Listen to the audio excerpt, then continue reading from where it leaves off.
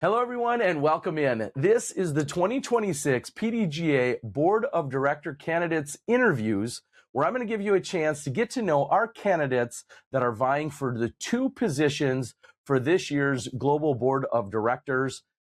Super excited to be here doing this again this year. And today's candidate is none other than Rob Bullen. And Rob, the first question, super easy. You guys have seen him ahead of time, but first one we're going to start off with is, go ahead and introduce yourself and tell us why you're running for the board. Yeah, my name's Rob Bullen, PDGA 25817. I reside in northern Utah with my wife Tammy and our three daughters. I've been involved in disc golf for 39 years now, since I was 10 years old.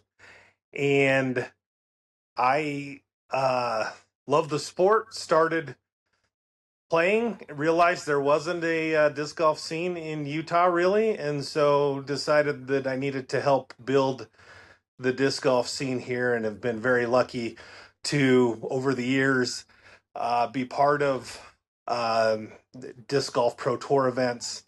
I was able to be the assistant tournament director for the 2021 Pro Worlds, and this year I am the tournament director for the United States Women's Disc Golf Championships. So it's super exciting to be part of the sport and to volunteer. All right. Clearly, very heavily involved. What will some of your priorities be, and then what issues will you choose to champion if on the board? Yeah, the number one thing is we need to provide more value for our membership base. And when you look at the value that the PDGA provides and you talk to members, most people are members because they need to be a member to play in B tiers or higher. Mm-hmm. And people like the player rating. Both of those are extrinsic values. And I do think we could possibly add a few more things, like maybe some more media coverage through DGN at Elite Series or Majors, or maybe there's a UDisc membership in between the free and the pro that's a PDGA membership for UDisc. So I do think that there is some extrinsic things that possibly could be shuffled and added. But I think where the organization wins and we win and is through more intrinsic value, through that sense of belonging, through the joy that people get from volunteerism, and for being a part of something bigger than themselves. And that's one thing that I hope to cultivate through my focus on the board, is really getting people to feel more part of the PDGA, because it is our organization. It's a member-run, member-based organization, and we need to get more pride in being a member of the PDGA. Okay. Then we move on to your educational, your work background. Can you tell us, how do your skills and experience make you the right choice? Yeah, so I have a bachelor's degree in communication and nutrition science, but around the pandemic, I went back and got MBA specifically focused in leadership, so I could be a better leader. And my profession is I am in plastic packaging and label printing, and I currently am the general manager of a large health and nutrition company, an international health and nutrition company, where I sit on the executive leadership team, and I manage a few different facilities that make packaging, and get to work with a lot of teams cross-functionally and help move the organization forward. Well, maybe you're already kind of dipping into the next question then, which is, do you have any experience in strategic planning or nonprofit governance? Yeah, I am being part of the executive leadership team here at Grove. I'm part of the strategy meetings. I'm part of the strategic planning. Strategy and planning are kind of two different things. Planning, you can control. Strategy, you pick a lane and you hope that people respond. So I'm very familiar with strategy, and I'm looking forward to helping the PDGA with our strategic planning and helping us move forward into the future. I believe that we're at a very critical point in the sport's history. The post-COVID boom has subsided, and I think it's time for us to make some decisions of where the PDGA is going to drive forward. Well, where's our lane? Where are we going to go in the future? Okay. Maybe you already touched on this, but we're asking, what do you like what do you like about being a PDGA member, and how do you think we can make being a member mean more to people? Yeah, I think my most favorite thing about being a PDGA member is a sense of community, that sense of belonging to an organization, a group that loves something as much as you do. And that's my favorite thing is we all share this common bond for the flying disc. And I think we need um, to focus on the development side of the sport and sharing that love and that appreciation with others. Um, we see what's happened in the Scandinavian countries. 20 years ago, Terry, when you and I were just starting out running tournaments and doing things, they weren't where they are today. And we got to see last year at the World Championships just how far the development has come in those countries. And I believe that the rest of the world is waiting for a similar type movement than what's happened in Europe and Scandinavia. And speaking of those expanding areas or developing, how do you feel like we reach new members? How should we go about that? Yeah, I think it needs to be a positive thing. I think that we need to focus on the first time people play organized disc golf, whether that be leagues, whether that be C tiers, and those things, and focus on that. And I really think that the TD training program that we have recently launched and the TD Academy, I think those are really good things to help reach new members and reach some of these developing countries is through these programs that are in place, and also partner up with the foundations that are doing a lot of work to reach new members.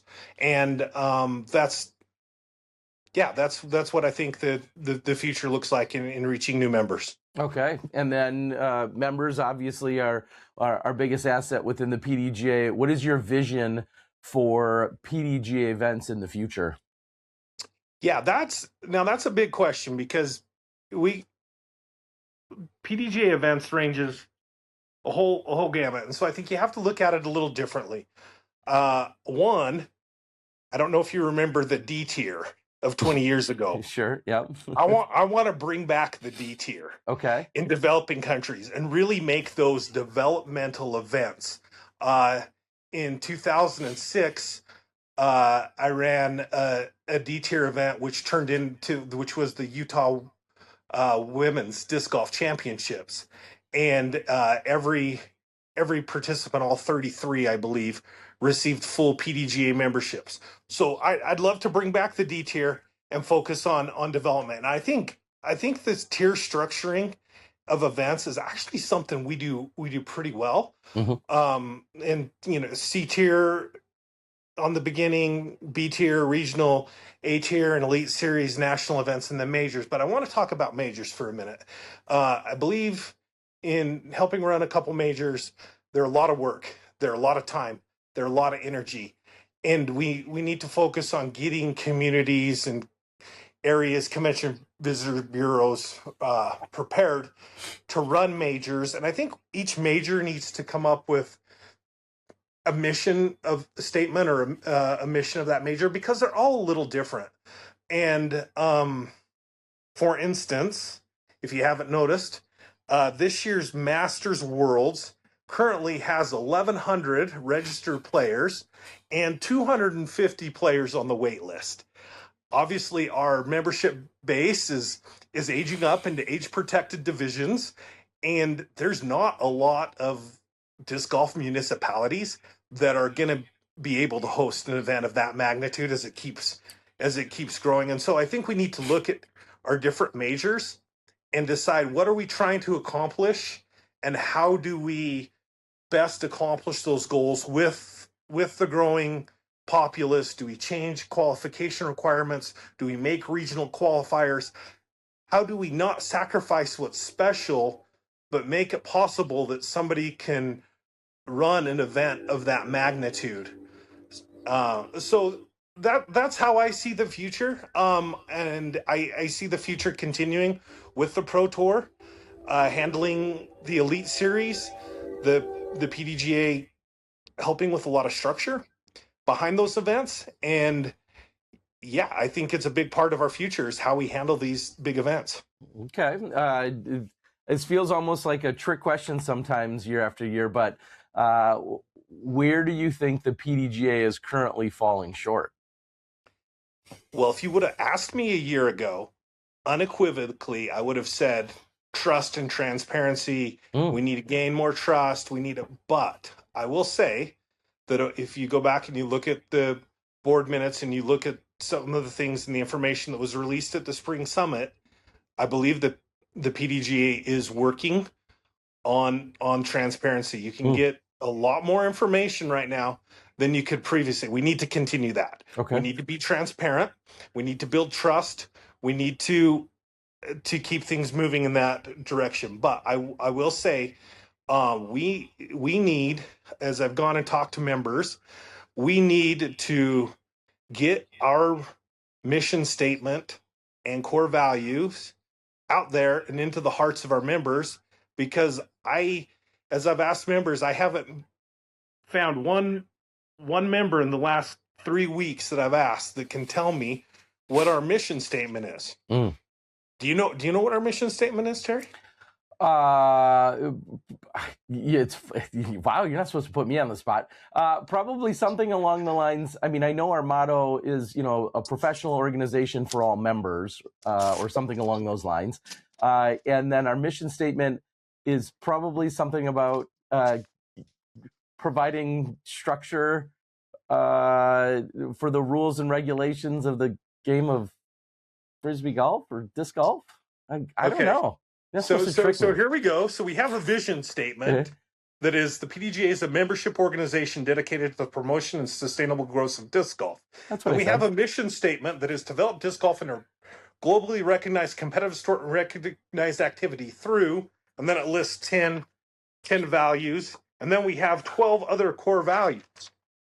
It's impossible from a leadership perspective to get that elaborate of a thing into the hearts of our members. So I think we need to focus on how do we still say these things and still have an effective mission statement, but simplify it so we can get it into the hearts of the members. And so that, because we are doing a lot of things, and I think that's what it's trying to say is we're trying to do all these things through competition, through rules, through media. We're trying to do all the things, and I think we should still continue that, but we should focus in and get everybody rowing the same direction and understanding not just all the things that we're doing, but what ultimately are we trying to accomplish through all those things. So I'd like to focus, our mission statement was last revised in June of 2020. So it's been 6 years. And I'd like to just focus on our mission statement and core values. I think the PDGA can do a better job of getting that out in front of the members so everybody knows I'm part of the PDGA and this is what we're trying to accomplish. Okay, so the next question really was, where should the PDGA focus their time? And if I understand you correctly, you're saying we need to simplify and maybe clarify exactly what we're trying to accomplish. Do you feel like, is that a fair way to say it? Yeah, and okay. I want to add a couple more things to that, because these mission statement and core values, that will drive this intrinsic value. This will drive part of this value that I was talking about, but also we need to focus on that. We need to focus on retaining members, and I'd like to see more more focus on college disc golf. I think there's a big future for our sport in the collegiate ranks, and I think that that's a big thing that we should focus our time on. Okay. All right. And that's exactly what that final question there was, is what do you think we should focus on? And that's what you're nailing. Is there anything else that we missed here? Any other open-ended statements or comments or remarks, clarifications you'd like to make before we wrap up? You know, Terry, I just want to, as I was thinking of what I wanted to get across to the members and why they should elect Rob Bullen to the board, and kind of this idea of this sense of community we're trying to establish, and this intrinsic value of being a PDGA member. I thought about the Brian Kett video on the Moth of Out on a Limb. And you may be familiar, people may be familiar about it. He starts it off kind of making fun of our sport a little bit, talking about not sure it being a sport because you can drink a smoothie while playing. But he talks about how he rediscovered the sport during the pandemic. And he started seeing the usual characters out on the course, the lady in athleisure, the guy blasting the Leonard Skinner. And so he started going earlier so he wouldn't have to deal with the usual characters. So it could just be him in the course. And then he gets his disc stuck one day, and he's trying to get his disc down, and all the usual characters gather around, and they can't get the disc down. And finally, the guy blasting the Leonard Skinner music is 50 feet in the air, out on a limb for him, jumping out on a limb so he can get his disc back. And they rejoice, and they celebrate, and they embrace. And he realizes in that moment that the very thing he was trying to avoid was the thing he appreciated the most about the sport, was the camaraderie, was the sense of belonging, was the fact that our sport's a little different, and we all know that. And sometimes we try to compare it to regular golf. We try to compare it to pickleball and other things. We're disc golf. We're going to have our own trajectory, but the most important thing is this sense of community. And so he talks about how instead of trying to go early, he tried to embrace the sport and embrace the sense of community. And that's one thing I'll focus on. And let's continue to go out on a limb for each other. I will go out on a limb for our members. One thing I think that will be helpful, I already do attend a lot of our events and majors. I want to be visible as a board member. I want to be approachable. I want people to come up and say, hey, Rob, I noticed, we're talking about this or we're doing that. And I want to be able to have dialogue and open feedback and healthy conflict. Conflict is good as long as it's healthy. And in that, I think that this building trust in transparency for the future is a little bit of a two-way street. As a PDGA, we need to be more open, transparent, and show that we can gain some of this trust back. But also, our members need to assume positive intent. You know, Terry, as well as I do, that we have a lot of board members, staff members, committee members, volunteers working so hard. And even though we don't always make the right decisions, or some things might happen, generally the intent of those in the organization is really good, and are really trying to do the best. And I think if we assume positive intent, it will help us get move some of these things forward. But